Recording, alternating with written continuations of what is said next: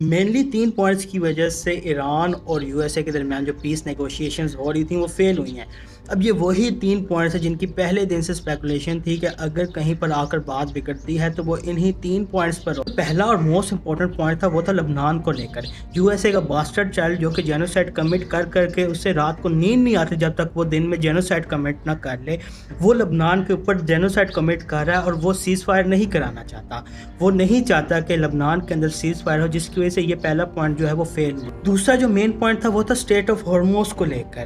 اب جب سے جنگ بندی ہوئی ہے، سیز فائر ہوئی ہے، ایران جن شپس کو پاس ہونے دے رہا ہے ان سے وہ اسپیسیفک پیمنٹ لے رہا ہے اور اس پیمنٹ لینے کے بعد ہی وہ انہیں وہاں سے پاس ہونے دیتا ہے۔ اب یو ایس اے نے ایران کو یہ کرنے سے منع نہیں کیا۔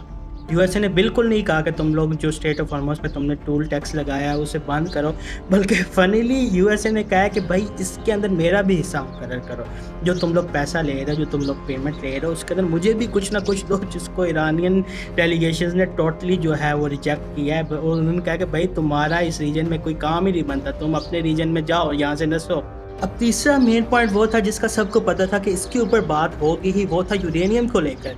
یو ایس اے کا اب یہاں پہ یہ موقف ہے کہ ایران جو ہے اپنا ٹوٹل یورینیم جو ہے وہ ہینڈ اوور کرے اور ایک ڈیل سائن کرے جس کے اندر وہ فیوچر میں کبھی بھی جب تک یہ دنیا قائم ہے کبھی بھی یورینیم کو انرچ نہیں کرے گا۔ اب یہ وہی انرچ یورینیم ہے جو کہ وار سے پہلے ایران ٹوٹلی طور پر ہینڈ اوور کرنے کے لیے تیار تھا، لیکن اس کے باوجود یو ایس اور اسرائیل نے ایران کے اوپر جنگ مسلط کی۔